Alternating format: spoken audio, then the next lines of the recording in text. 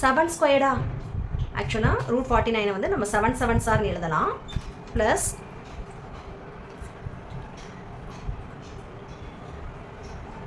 √64 8 8 R 64ன்னு எழுதலாம். நம்மளுக்கு square தெரியுன்றனால ma'am இந்த மாதிரி எழுதுறேன்.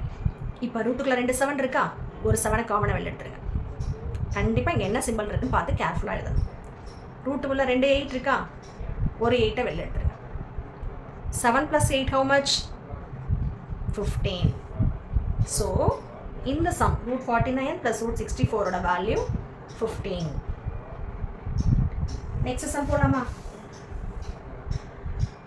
√900 + √169 is equal to. இப்போ 900க்கு நமக்கு தெரியாது. அப்போ நம்மளுடைய அந்த ஸ்கொயர் ரூட் பார்ப்போமா? 900 ஆக்சுவலாக 0ல் முடியுது. இது ஒரு ஈவன் நம்பர் தான். பட் 2 zeros இருக்கா, அதுக்கு பக்கத்தில் என்ன நம்பர் இருக்குதோ அந்த நம்பர் என்ன நம்பர் பாருங்க. ஆட் நம்பரா ஈவன் நம்பரா? இது ஒரு ஆட் நம்பர். 9ன்றது ஆட் நம்பர். ஆட் நம்பர்னாலும் நம்ம ஃபர்ஸ்ட் என்ன எடுக்கணும்? 3 ஆல் எடுக்கணுமா? அதனால மேம் 3 ஆல் எடுக்கிறேன். சரியா? கொஞ்சம் இது ஈஸியாக இருக்கும் கேல்குலேஷன், அதுக்காக. அப்போ 3 3s are 9 0 0. அகைன் 3 ஆல் எடுக்க போகிறேன். ஈவன் நம்பர் 2 ஆலையும் எடுக்கலாம், தப்பே கிடையாது. 0ல் கம்ப்ளீட் ஆகிருக்கு. 5 ஆலையும் எடுக்கலாம், தப்பே கிடையாது. இப்போ இந்த 9 பார்த்த உடனே 3 ஸ்கொயரோட வேல்யூ தான் 9 நமக்கு தெரியுன்றனால தான் நான் 3 எடுத்தேன்.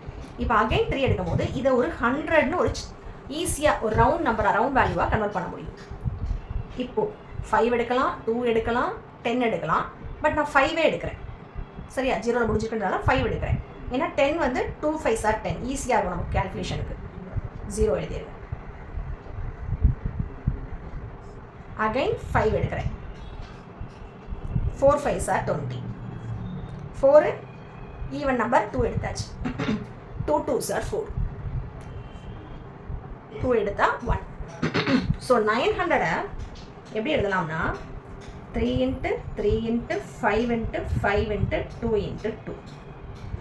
2 3க்கு ஒரு 3, 2 5க்கு ஒரு 5, 2 2க்கு ஒரு 2.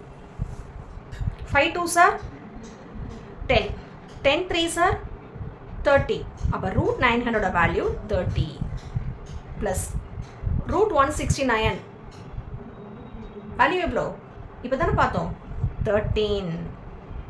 ஸோ 30 + 13 வேல்யூ 2 ஆட் பண்ணிங்கன்னா